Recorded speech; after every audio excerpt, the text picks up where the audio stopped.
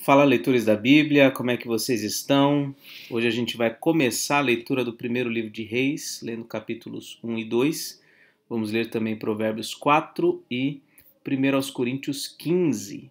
Bom, vamos orar? Deus bendito, buscamos a Tua presença, a Tua ajuda na leitura da Tua palavra. Aplica ela ao nosso coração. Pedimos em nome de Cristo Jesus. Amém. O primeiro livro dos Reis é a continuação do livro de Samuel.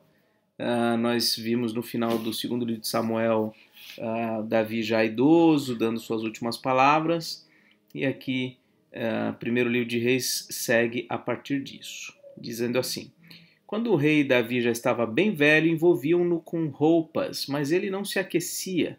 Então os seus servos lhe disseram: que se procure para o rei nosso senhor uma jovem donzela que esteja diante do rei, tenha cuidado dele e durma nos seus braços, para que o rei nosso senhor se aqueça. Então procuraram em todo Israel, todo o território de Israel, uma jovem formosa, acharam Abisag, sunamita, e a levaram ao rei.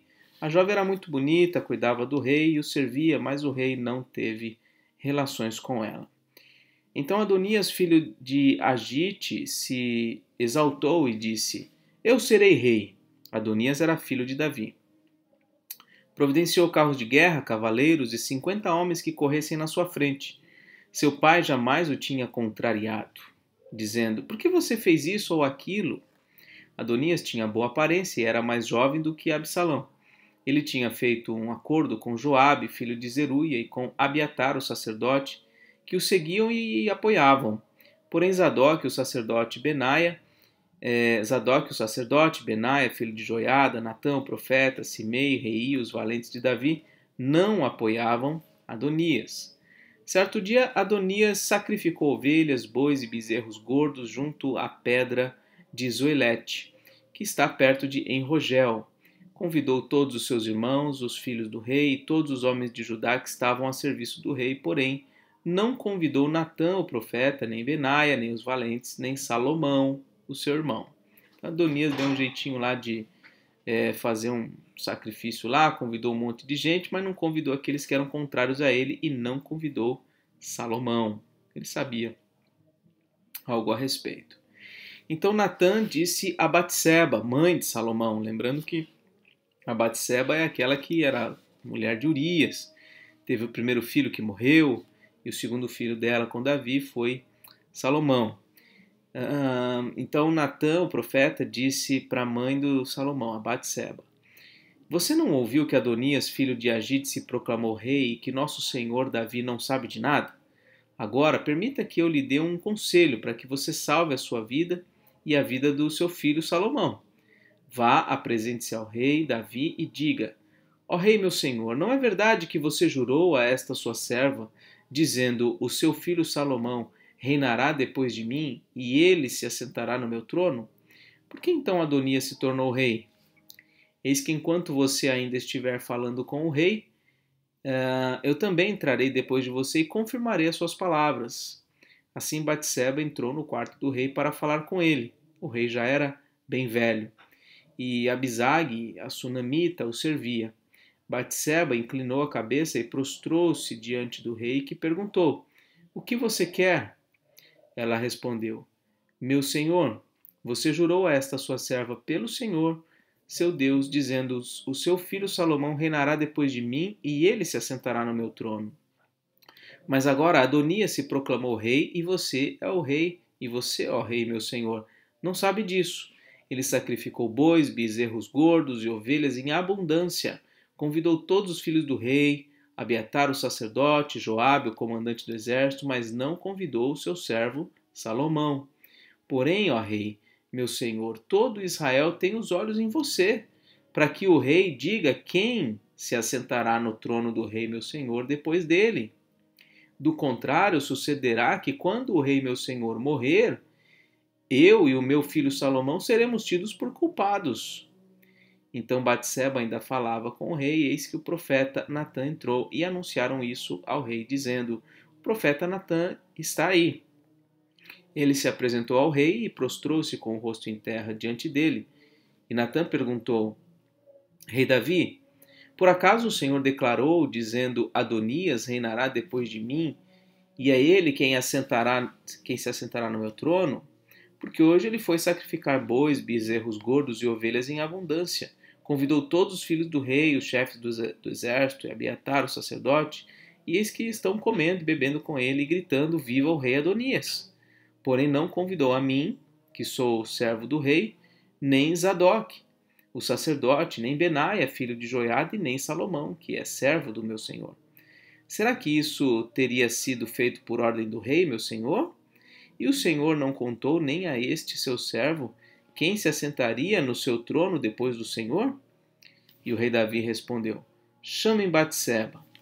Ela se apresentou ao rei e se pôs diante dele. Então o rei jurou, dizendo: Tão certo como vive o Senhor, que remiu a minha alma de toda angústia, farei no dia de hoje, como jurei a você pelo Senhor, Deus de Israel, dizendo: O seu filho Salomão reinará depois de mim e se assentará no meu trono em meu lugar. Então Batseba se inclinou, prostrou-se com o rosto em terra diante do rei e disse: Que o rei Davi, meu senhor, viva para sempre. O rei Davi disse: Chamem Zadok, o sacerdote, Natã, o profeta, e Benaia, filho de Joiada. E eles se apresentaram ao rei. Então o rei disse: Levem com vocês os meus servos, façam o meu filho Salomão montar na minha mula e levem-no a Gion. Ali Zadok, o sacerdote, com Natã, o profeta, ungirão o rei sobre Israel. Então toquem a trombeta e digam: Viva o rei Salomão. Depois venham subindo com ele, e ele virá e se assentará no meu trono, pois é ele quem reinará em meu lugar, porque ordenei que ele seja chefe sobre Israel e sobre Judá. Então Benaia, filho de Joiada, respondeu ao rei: Amém, que o Senhor, Deus do rei, meu senhor, confirme isso. Como o Senhor Deus tem estado com o rei, meu senhor, assim esteja com Salomão, e faça com que o trono dele seja maior do que o trono do rei Davi, meu senhor. Então Zadok, o sacerdote, Natã, o profeta, Benaia, filho de Joiada, e a guarda real fizeram Salomão montar na mula que era do rei Davi, e o levaram a Gion. Zadok, o sacerdote, levou o chifre do azeite que estava no tabernáculo e ungiu Salomão. Tocaram a trombeta e todo o povo gritou: Viva o rei Salomão! Todo o povo vinha subindo atrás de Salomão, tocando flautas e gritando de alegria. O barulho era tanto que parecia que a terra estava se fendendo. Adonias e todos os convidados que estavam com ele ouviram isso, quando acabavam de comer. Então Joabe ouviu o som da trombeta e perguntou: Que significa esse alvoroço na cidade? Enquanto ele falava, eis que chegou Jonatas, filho de Abiatar, o sacerdote. Adonias disse a Jonatas: Entre aqui, porque você é um homem valente e deve estar trazendo boas notícias. Mas Jonatas respondeu a Adonias: Pelo contrário, nosso senhor, o rei Davi, proclamou Salomão como rei. E Davi enviou com ele Zadok, o sacerdote Natã, Zadok, o sacerdote, Natã, o profeta, Benaia, filho de Joiada, e os da guarda real. E eles fizeram Salomão montar na mula que era do rei. Zadok, o sacerdote, e Natã, o profeta, o ungiram rei em Gion. Eles voltaram de lá, cheios de alegria, e a cidade se alvoroçou. É esse o barulho que você ouviu. Também Salomão já está sentado no trono do reino. Além disso, os oficiais do rei foram cumprimentar Davi e disseram: Que o seu Deus faça com que o nome de Salomão seja mais célebre do que o seu nome, e faça com que o trono dele seja maior do que o seu trono. E o rei se inclinou sobre o leito.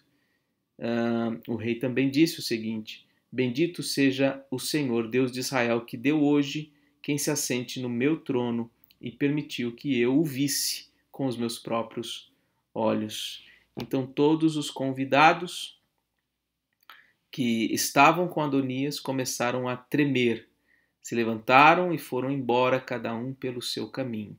Porém Adonias, temendo Salomão, levantou-se, foi e pegou nas pontas do altar. Então Adonias ficou com medo e ele foi até o tabernáculo e pôs a mão sobre as pontas do altar.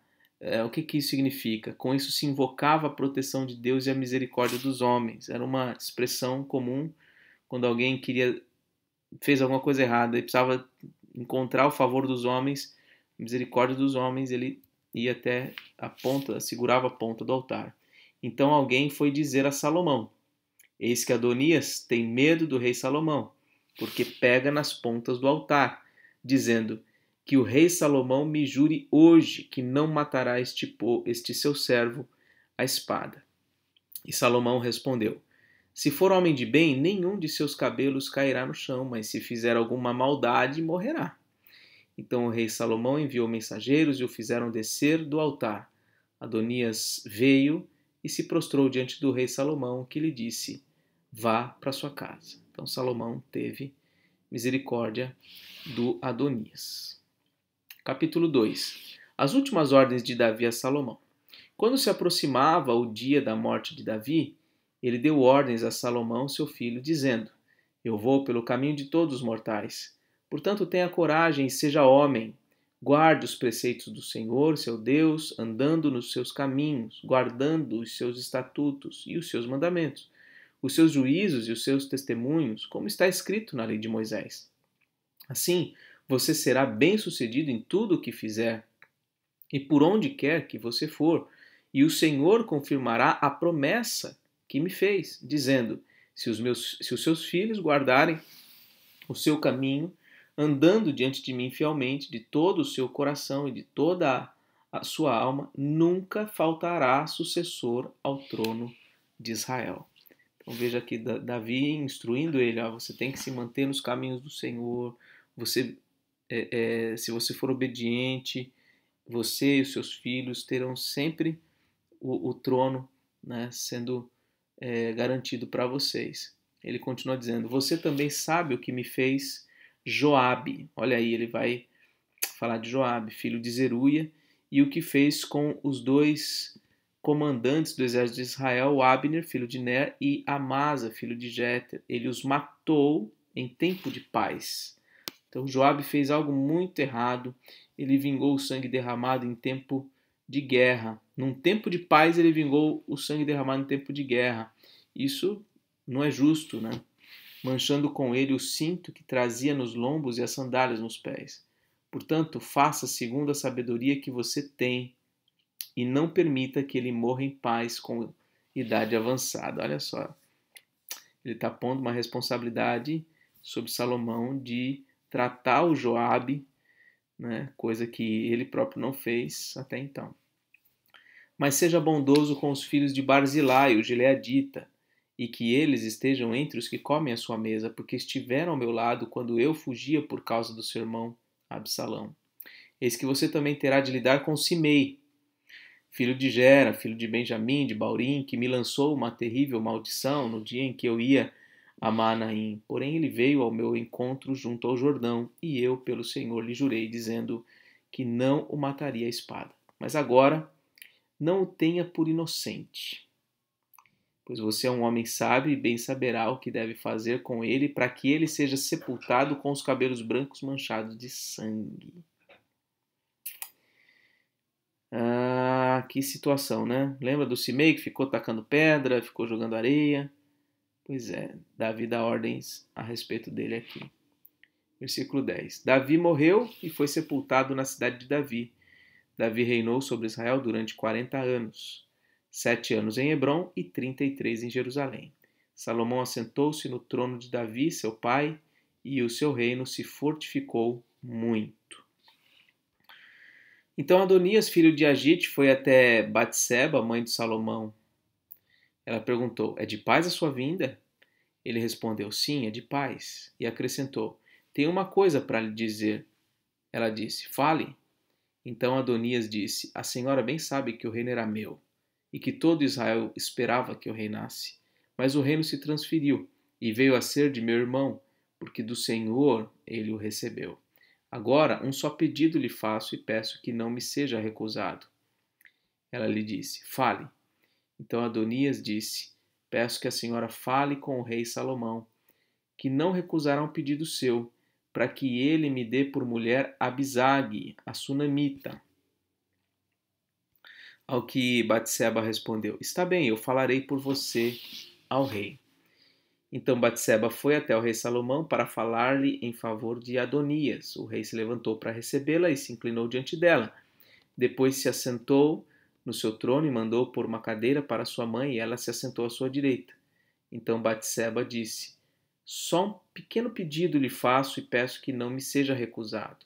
E o rei disse: Pode pedir, minha mãe, porque não recusarei um pedido seu. Batseba disse: Peço que Abisague, a sunamita, seja dada por mulher a Adonias, seu irmão. Então o rei disse à sua mãe: Por que a senhora pede Abisague, a sunamita, para Adonias? Peça também para ele o reino, porque é meu irmão mais velho. Sim, para ele e também para o sacerdote Abiatar e para Joabe, filho de Zeruia. Salomão ficou bravo com a mãe dele. E o rei Salomão jurou pelo Senhor, dizendo: Que Deus me castigue se Adonias não falou essa palavra contra a sua própria vida. E agora, tão certo como vive o Senhor, que me estabeleceu e me fez assentar no trono de Davi, meu pai, e me edificou casa, como tinha dito, Adonias morrerá no dia de hoje. E o rei Salomão enviou Benaia, filho de Joiada, para atacar Adonias. Ele o atacou, e foi assim que Adonias morreu. E ao sacerdote Abiatar, o rei disse: Vá para Anatote, para os seus campos, porque você é homem digno de morte. Hoje, porém, não o matarei, porque você levou a arca do Senhor Deus diante de Davi, meu pai, e porque se afligiu com todas as aflições do meu pai. Esse Abiatar foi quem tinha apoiado Adonias. Salomão expulsou Abiatar para que não mais fosse sacerdote do Senhor, cumprindo assim a palavra que o Senhor tinha dito a respeito de Eli em Siló. Lembra da história de Eli? Que os seus filhos não viveriam muito. Pois é. E a morte de Joabe agora. Quando essa notícia chegou a Joabe, porque Joabe tinha se desviado para seguir Adonias, embora não tivesse se desviado para seguir Absalão, ele fugiu para o tabernáculo do Senhor e pegou nas pontas do altar. Aquele Joabe, guerreirão mesmo, assim, foi lá e buscou a misericórdia, né? E alguém foi dizer ao rei Salomão que Joabe havia fugido para o tabernáculo do Senhor e estava junto ao altar. Então Salomão enviou Benaia, filho de Joiada, dizendo: Vá atacá-lo. Benaia foi ao tabernáculo do Senhor e disse a Joabe: Assim diz o rei: Saia daí. Ele respondeu: Não saio, vou morrer aqui. Então Benaia voltou com a resposta ao rei, dizendo: Assim falou Joabe, e foi isso que ele me respondeu. E Salomão ordenou: Faça o que ele disse. Mate-o e sepulte-o, para que você tire de mim e da casa de meu pai a culpa do sangue que Joabe derramou sem razão. Assim o Senhor fará recair a culpa de sangue de Joabe sobre a cabeça dele, porque atacou 2 homens mais justos e melhores do que ele, e os matou à espada sem que Davi meu pai o soubesse. Ele matou Abner, filho de Ner, comandante do exército de Israel, e Amasa, filho de Jeter, comandante do exército de Judá. Assim o sangue destes recairá sobre a cabeça de Joabe e sobre a cabeça da sua descendência para sempre. Mas a Davi, a sua descendência e a sua casa e ao seu trono, o Senhor dará paz para todo o sempre. Então Benaia, filho de Joiada, atacou Joabe e o matou. Ele foi sepultado em sua casa no deserto. O rei pôs Benaia, filho de Joiada, como comandante do exército em lugar de Joabe, e como sacerdote colocou Zadok em lugar de Abiatar. Depois o rei mandou chamar Simei e lhe disse: Construa uma casa para você em Jerusalém e fique morando aí. Não saia daí, nem para um lugar nem para outro. Fique sabendo que no dia em que você sair e passar o ribeiro de Cedron, certamente será morto. Então o seu sangue cairá sobre a sua cabeça. Simei disse ao rei: Está bem, este seu servo fará o que o rei meu senhor ordenou. E Simei ficou morando em Jerusalém por muito tempo. Mas ao final de 3 anos, 2 escravos de Simei fugiram para Aquis, filho de Maaca, rei de Gate, e foram contar isso a Simei, dizendo: Eis que os seus escravos estão na cidade de Gate. Então Simei se levantou, preparou seu jumento e foi para Gate, para junto de Aquis, em busca dos seus escravos. Simei foi e trouxe de Gate os seus escravos. Salomão foi avisado de que Simei tinha ido a Jerusalém a Gate, de Jerusalém a Gate, e que já havia voltado. Então o rei mandou chamar Simei e lhe disse: Eu não fiz você jurar pelo Senhor e não o avisei, dizendo: No dia em que você sair para um lado ou para o outro, saiba que você certamente será morto? E você me disse: Está bem, concordo. Por que então você não guardou o juramento do Senhor, nem a ordem que lhe dei? E o rei disse mais a Simei: Você sabe muito bem, e o seu coração reconhece todo o mal que fez a Davi meu pai. Por isso o Senhor fez recair sobre a sua cabeça o mal que você fez. Mas o rei Salomão será abençoado, e o trono de Davi será mantido diante do Senhor para sempre. O rei deu ordem a Benaia, filho de Joiada, e ele saiu, atacou Simei e o matou. E assim se firmou o reino sob o domínio de Salomão. Ufa, capítulos longos. Morreu Davi. Davi transferiu o reino para Salomão e deu alguns recadinhos. Cuida de fulano, de Beltrano e de Ciclano. E Salomão resolveu esses problemas aí, tá certo? Essas pendências. É difícil fazer uma análise, né, dessa questão toda, mas de fato cada um deles foi morto porque de fato transgrediu, né? De fato agiram contra o ungido do Senhor, foram desleais no caso de Joabe, matando inocentes e tal, matando, ou pelo menos no momento inadequado, no momento errado, sem o consentimento do rei, enfim. Vamos continuar a nossa leitura, agora Provérbios 4, Conselho paternal. Filhos, escutem a instrução do pai, estejam atentos para que obtenham o entendimento, porque eu lhes dou boa instrução. Não abandonem o meu ensino.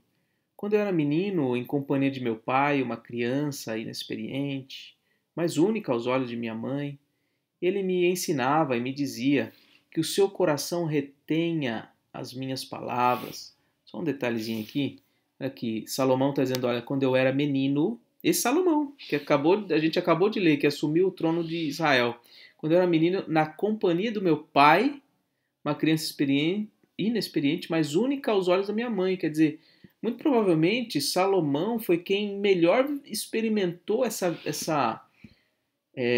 vivência ao lado do seu pai e da sua mãe, de todos os filhos ali de Davi. Não dá para a gente saber muito bem isso, mas parece que Salomão teve um cuidado especial. Talvez Davi tenha tido uma relação com Batseba melhor do que com as outras mulheres, apesar de ter sido enfim, fruto do pecado e tudo mais, mas parece que Salomão experimentou essa estabilidade, vamos dizer assim, né, de certa forma, familiar, melhor do que os outros, né? Os outros parece que não ficaram tão perto de Davi. Aminon, Absalão, parece que eles não eram muito alinhados com o coração de Davi, né? Então, enfim, parece que Salomão teve muito a ganhar nessa aproximação que ele teve com o seu pai. Ele me ensinava, ele me dizia que o seu coração retenha as minhas palavras, guarde os meus mandamentos e você viverá. Adquira a sabedoria, adquira o entendimento. Não se esqueça nem se afaste das minhas palavras. Não abandone a sabedoria e ela guardará você. Ame-a e ela o protegerá. O princípio da sabedoria é: adquira sabedoria. Sim, com tudo o que você possui, adquira um entendimento. Valorize a sabedoria e ela o exaltará. E se você a abraçar, ela o honrará. Ela porá um diadema de graça em sua cabeça e lhe entregará uma coroa de glória. Meu filho, escute e aceite as minhas palavras, e os anos de sua vida se multiplicarão. Eu ensinei a você o caminho da sabedoria e o fiz andar pelas veredas da retidão. Se você andar por elas, os seus passos não se embaraçarão. Se você correr, não tropeçará. Retenha a instrução e não a deixe. Guarde-a, porque ela é a sua vida. Não entre na vereda dos ímpios, nem siga pelo caminho dos maus. Evite esse caminho, não passe por ele. Desvie-se dele e passe longe. Os maus não dormem se não fizerem o mal. O sono foge deles se não fizerem alguém tropeçar, porque comem o pão da maldade e bebem o vinho das violências. Mas a vereda dos justos é como a luz do alvorecer, vai brilhando mais e mais até ser dia claro. O caminho dos ímpios é como a escuridão, nem eles sabem em que tropeçam. Meu filho, escute as minhas palavras, preste atenção aos meus ensinamentos. Não deixe que eles se afastem dos seus olhos. Guarde-os no mais íntimo do seu coração, porque são vida para quem os encontra e saúde para todo o seu corpo. De tudo o que se deve guardar, guarde bem o seu coração. Por quê? Porque dele procedem as fontes da vida. Afaste de você a falsidade da boca. Mantenha longe de você a perversidade dos lábios. Que os seus olhos olhem direito. Que as suas vistas fixem no que está diante de você.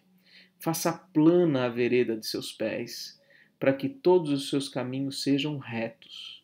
Não se incline, nem para a direita nem para a esquerda. Afaste os seus pés do mal. Conselhos paternais mesmo, muito bom. E agora, 1 Coríntios capítulo 15. 1 Coríntios capítulo 15 é o capítulo da ressurreição. Você quer estudar sobre a doutrina da ressurreição, é esse capítulo que você precisa ler aqui. Tem muita coisa sobre esse assunto. Irmãos, venho lembrar-lhes o evangelho que anunciei a vocês, o qual vocês receberam e no qual continuam firmes. Por meio dele, vocês também são salvos, se retiverem a palavra, sim, tal como a preguei a vocês, a menos que tenham crido em vão. Antes de tudo, entreguei a vocês o que também recebi. Cristo morreu pelos nossos pecados, segundo as Escrituras, e que foi sepultado e ressuscitou ao terceiro dia, segundo as Escrituras. Então, resumindo o Evangelho, Cristo morreu pelos nossos pecados, foi sepultado e ressuscitou ao terceiro dia. E apareceu a Cefas, e depois aos 12. Depois foi visto por mais de 500 irmãos de uma só vez, dos quais a maioria ainda vive, porém alguns já dormem. Depois foi visto por Tiago e mais tarde por todos os apóstolos. Por último, depois de todos, foi visto também por mim. Aliás, esse é um selo do apostolado, né? Ter visto Jesus. E Paulo diz que ele viu Jesus como por um nascido fora do tempo, porque eu sou o menor dos apóstolos, e nem mesmo sou digno de ser chamado apóstolo, pois persegui a igreja de Deus. Mas pela graça de Deus sou o que sou. E sua graça que me foi concedida não se tornou vã. Pelo contrário, trabalhei muito mais do que todos eles. Todavia, não eu, mas a graça de Deus comigo. Portanto, seja eu ou sejam eles, assim pregamos e assim vocês creram. Ora, se o que se prega é que Cristo ressuscitou dentre os mortos, como alguns de vocês afirmam que não há ressurreição de mortos? Se Cristo ressuscitou, como é que vocês falam que não há ressurreição? E se não há ressurreição de mortos, então Cristo não ressuscitou? E se Cristo não ressuscitou, é vazia a nossa pregação. E vã a fé de vocês, a fé que vocês têm. Além disso, somos tidos por falsas testemunhas de Deus, porque temos testemunhado contra Deus que ele ressuscitou a Cristo, ao qual ele não ressuscitou, se é certo que os mortos não ressuscitam. Porque se os mortos não ressuscitam, também Cristo não ressuscitou. E se Cristo não ressuscitou, é vã a fé que vocês têm. E vocês ainda permanecem em seus pecados. E ainda mais, os que adormeceram em Cristo estão perdidos. Se a nossa esperança em Cristo Jesus se limita apenas a esta vida, somos as pessoas mais infelizes deste mundo. Então, provavelmente tinha um grupo lá na igreja de Corinto que afirmava que não havia ressurreição de mortos. Influenciado por uma doutrina herética, que não haveria ressurreição de mortos. Então, ele está aqui ocupando um capítulo da sua carta para defender a ressurreição dos mortos. Mas, de fato, a verdade é, Cristo ressuscitou sim dentre os mortos, sendo ele as primícias dos que dormem. Visto que a morte veio por um homem, Adão, também por um homem veio a ressurreição dos mortos. Porque assim como em Adão todos morrem, assim também todos serão vivificados em Cristo. Cada um, porém, na sua ordem. Cristo, as primícias, depois os que são de Cristo, na sua vinda. E então virá o fim, quando ele entregar o reino ao Deus e Pai, quando houver destruído todo o principado, bem como toda a potestade e poder, porque é necessário que ele reine até que tenha posto todos os inimigos debaixo dos seus pés. O último inimigo a ser destruído é a morte, porque ele sujeitou todas as coisas debaixo dos seus pés. E quando diz que todas as coisas lhe estão sujeitas, certamente exclui aquele que tudo lhe sujeitou. Quando, porém, todas as coisas lhe estiverem sujeitas, então o próprio Filho também se sujeitará àquele que todas as coisas lhe sujeitou, para que Deus seja tudo em todos. Isso aqui é como é que eu posso dizer, né? Uma coisa incrível que Paulo está dizendo aqui, né? Uma coisa sensacional. Que Cristo domina sobre tudo, porque o Pai lhe pôs como Senhor, como Rei de tudo. Então, tudo está sujeito a Ele, e quando o último inimigo for sujeito a Ele, que é a morte, então Ele vai pegar o reino todinho e vai entregar ao seu Pai. Né? E aí Deus vai ser tudo em todos. Que é essa experiência que nós teremos no novo céu e na nova terra. De outra maneira, que farão os que se batizam por causa dos mortos? Perdão. Se de fato os mortos não ressuscitam, por que se batizam por causa deles? E por que também nós nos expomos a perigos a toda hora? Dia após dia morro. Eu afirmo isso, irmãos, pelo orgulho que tenho de vocês em Cristo, nosso Senhor. Se como um homem lutei em Éfeso contra feras, qual foi o meu proveito? Se os mortos não ressuscitam, comamos e bebamos, porque amanhã morreremos. Não se enganem, as más companhias corrompem os bons costumes. Vocês estão ouvindo bobagens por aí e acabam reproduzindo isso. E vocês acabam se desviando do caminho correto. Então, não pensem assim, vai ter ressurreição. Vai ter ressurreição. Voltem à sobriedade como convém e não pequem, porque alguns ainda não têm conhecimento de Deus. Digo isso para a vergonha de vocês. Mas alguém dirá, como é que os mortos não ressuscitam? Ou melhor, desculpe, alguém dirá, como é que os mortos ressuscitam? Com que corpo virão? Paulo diz, insensato, o que você semeia não nasce se primeiro não morrer. E quando semeia, você não semeia o corpo que há de ser, mas o simples grão, como de trigo ou de qualquer outra semente. Mas Deus lhe dá corpo como Ele quer dar a cada uma das sementes, dá o seu corpo apropriado. Então ele está falando, você é bobo de ficar pensando como que vai ser os mortos, ou melhor, como que vai ser a ressurreição. Por quê? Porque pensa numa semente, uma semente de feijão. Para nascer um feijão daquela semente, aquela semente tem que deixar de ser semente, ela tem que morrer para então surgir a planta de feijão. Você não planta, você não semeia o pé de feijão, você semeia o feijão. E o feijão deixa de ser feijão para se tornar um pé de feijão. Então, primeiro tem que haver morte, para depois um novo corpo, um novo corpo, uma outra, não uma outra natureza, mas assim, uma outra forma de vida diferente daquela que estava ali encapsulada na semente. Então é isso que Paulo está dizendo. Nem toda a carne é a mesma, porém uma é a carne dos seres humanos, outra dos animais, outra das aves, outra dos peixes. Também há corpos celestiais e corpos terrestres. Está falando, tem os anjos, são espirituais. E os terrestres somos nós, carne e sangue. E sem dúvida, uma é a glória dos celestiais e outra dos terrestres. Uma é a glória do sol, outra é a glória da lua, outra das estrelas. Porque até entre estrela e estrela há diferenças de glória, e é verdade. Pois assim também é a ressurreição dos mortos. Semeia-se corpo na corrupção, esse corpo aqui. Semeia-se corpo na corrupção, ressuscita na incorrupção. Semeia-se corpo em desonra, morte, ressuscita em glória. Semeia-se em fraqueza, ressuscita em poder. Semeia-se corpo natural, ressuscita corpo espiritual. Se há corpo natural, há também corpo espiritual. Pois assim está escrito, o primeiro homem, Adão, se tornou um ser vivente. Ou seja, ele era um homem natural, matéria, mas tornou um ser vivente, espiritual.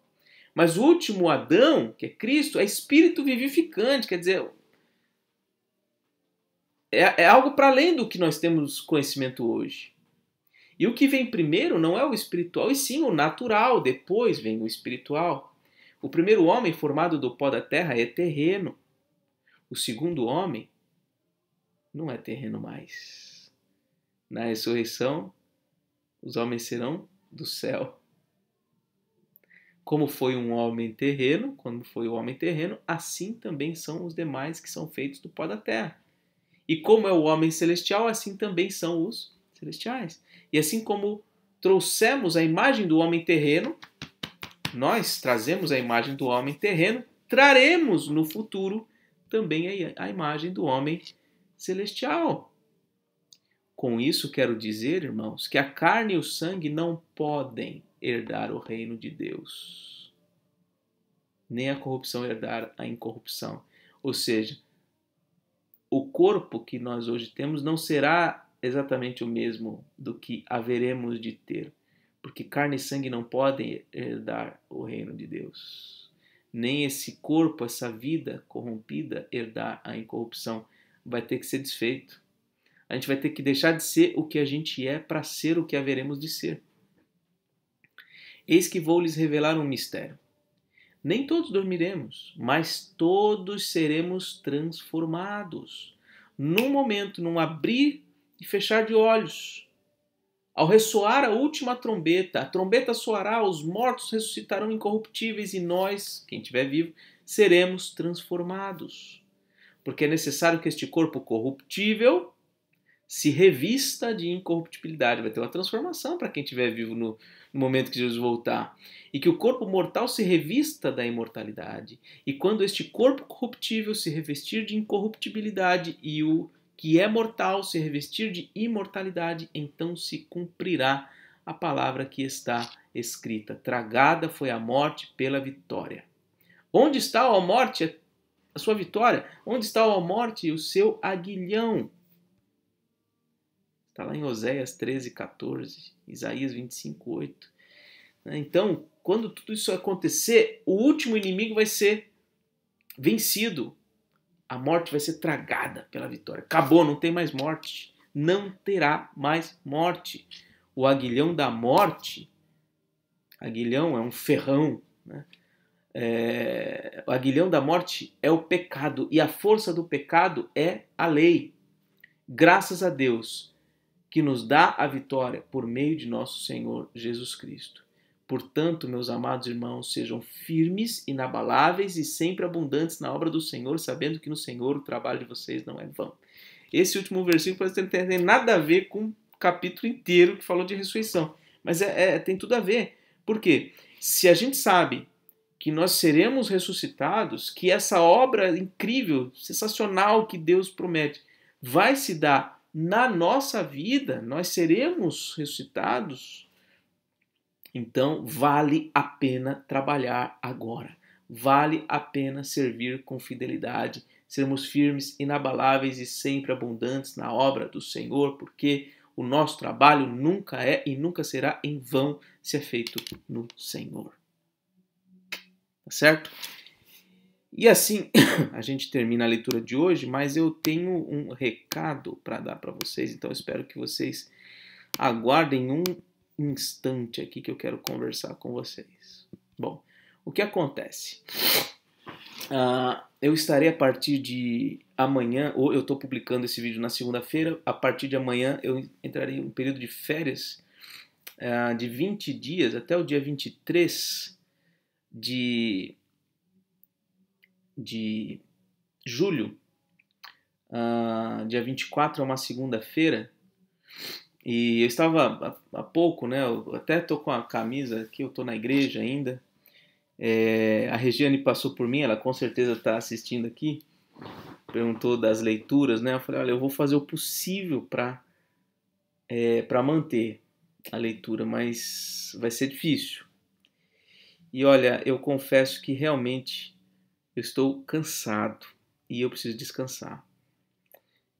Eu tenho essa leitura bíblica aqui como uma parte do meu ministério, viu? Não sei se vocês veem dessa maneira, mas eu vejo dessa maneira, tá? Todos os dias eu trabalho, isso aqui é o meu trabalho. É o meu trabalho de serviço ao Senhor e a vocês. Eu vejo como um grande discipulado, um discipulado diário, que pastores nem todos têm um discipulado diário com tantas pessoas assim. Eu louvo a Deus. Essa leitura tem tido assim uma quantidade muito significativa. A gente encerrou, a gente completou 6 meses desde o início do ano e nós temos uma frequência média de visualizações aqui, na minha opinião, muito alta. Coisa de 60, 70, 80, 90, às vezes 100 pessoas visualizando vídeos, ainda agora em junho. Então, eu fico muito feliz por isso. E eu tenho medo de perder essa oportunidade que eu tenho tido com vocês. Mas eu preciso descansar. Eu preciso descansar. E então, eu vou seguir a sugestão da Regiane, vou tentar seguir diariamente, postar vídeos no grupo do WhatsApp. Então, se você não está no grupo do WhatsApp, na descrição desse vídeo aqui você pode entrar lá no grupo e eu vou tentar colocar diariamente vídeos antigos, pregações ou reflexões antigas para não perder o fio da meada, tá certo? Mas eu vou precisar esses 20 dias, né? Há pouco eu disse para a Regiane que eu ia tentar manter, mas eu não vou assumir isso porque eu realmente preciso descansar. Eu realmente preciso ter esse tempo aí de descanso, de refrigério, lendo a Bíblia também, mas sem esse compromisso de gravar, para eu recarregar as baterias e poder retornar no final deste mês com mais ânimo, vigor, mais energia, para poder servir melhor a vocês, tá certo? Eu queria que você deixasse no comentário aqui se você tiver alguma opinião, seja a favor ou contrária a isso, fique à vontade. Se você quiser entrar em contato comigo pelo WhatsApp, também pode falar diretamente comigo. O que eu queria te encorajar é mantenha a sua leitura bíblica, mantenha o seu contato diário com a palavra de Deus. Espere para seguir comigo depois, tá certo? Talvez eu precise fazer uma mudança. Aliás, isso eu quero perguntar para você, honestamente. Né? O plano inicial é ler a Bíblia inteira em um ano. Mas tem sido pesado. Eu sei que o segundo semestre, embora eu esteja recarregando as baterias, pretenda fazer isso, vai ser puxado depois. Até para recuperar esses 20 dias, né, pouco menos do que isso, de leituras, vai ser pesado depois, ler mais além do que os 4 capítulos diários. Então eu queria fazer uma consulta aí, uma pergunta sincera, honesta, né? Se no retorno das minhas férias eu propusesse um novo modelo, por exemplo, de uma leitura de segunda a sexta-feira, com menos capítulos, talvez 2 ou 3, o que vai estender o prazo de leitura para mais do que um ano, talvez um ano e alguns meses, talvez um ano e meio, vamos dizer assim. Eu não sei, eu não fiz nenhuma projeção. Mas se eu fizesse isso, isso te desanimaria? Isso te desencorajaria a continuar? Queria que você fosse honesto, tá? Se boa parte de vocês aceitar uma mudança como essa, para mim vai ajudar muito, né? Vai ajudar muito. Se a maior parte de vocês falar, não, eu quero um ano, vamos nos esforçar para fazer um ano, eu vou me esforçar com vocês, tá certo? Porque esse é o propósito inicial, eu não queria falhar, mas eu sinto que eu preciso descansar, eu preciso recarregar as baterias e se eu continuar nesse mesmo ritmo até o final do ano, vai ser puxado depois também. E eu queria tentar equilibrar um pouco mais para garantir uma qualidade melhor para os irmãos, enfim. Então, estou sendo sincero, estou sendo honesto com vocês, quero que vocês sejam comigo também, fiquem bem à vontade. Se quiserem responder aqui pelos comentários, aqui no YouTube mesmo, ou se quiser responder para mim no particular, vocês têm meu WhatsApp ali, vocês conseguem me encontrar, mandar mensagem para mim em particular. Ficarei muito feliz, muito contente de receber mensagem de vocês e ter o feedback de vocês, tá bom? Eu estou servindo vocês, eu vejo isso, o meu ministério, o meu pastorado tem sido parte dele desempenhado por aqui, certo? Então, é isso, eu gostaria de ouvir vocês. Bom, essa decisão precisei tomar. Eu volto com a leitura oficial a partir do dia 20, deixa eu ver aqui rapidamente no calendário. Vamos lá. Claro, de acordo com a vontade de Deus, se Deus permitir, der tudo certo, tá bom? Mas na terça-feira, o dia 25 de julho, eu volto a colocar o vídeo seguinte, tá bom? Vou até colocar aqui a data, ó, julho, vou colocar aqui a data, o número 25, vou pôr aqui uma letra em vermelho para ser destacado, que é o dia que eu pretendo retornar aqui com vocês. Eu peço que vocês orem por mim, orem pela minha saúde, eu vou procurar um pneumologista. Essa semana eu tive uma crise de asma que eu nunca tinha tido desde a minha infância. Minha mãe disse que eu tinha crise de asma a ponto de ser internado quando eu era criança. Eu não consigo me lembrar exatamente isso, lembro um pouco das sensações, mas enfim, é muito vago. Mas isso que eu tive nessa semana eu nunca tive na minha vida consciente, assim, de que eu me lembre. Então, realmente eu preciso buscar um pneumologista. Eu peço que vocês orem por mim, orem pela minha família, meu casamento, minhas filhas. A gente precisa desse tempo, tá bom? E tentarei mandar vídeos toda semana, tá? Se alguém quiser me ajudar nisso, talvez a própria Regiane, ela possa buscar no meu canal os vídeos antigos e ela própria colocar no grupo. Já estou lançando um convite público aqui. Se ela quiser fazer isso, eu coloco ela como administradora no grupo. Ela entra lá só para isso, só para postar o link do vídeo e os irmãos poderem acompanhar isso.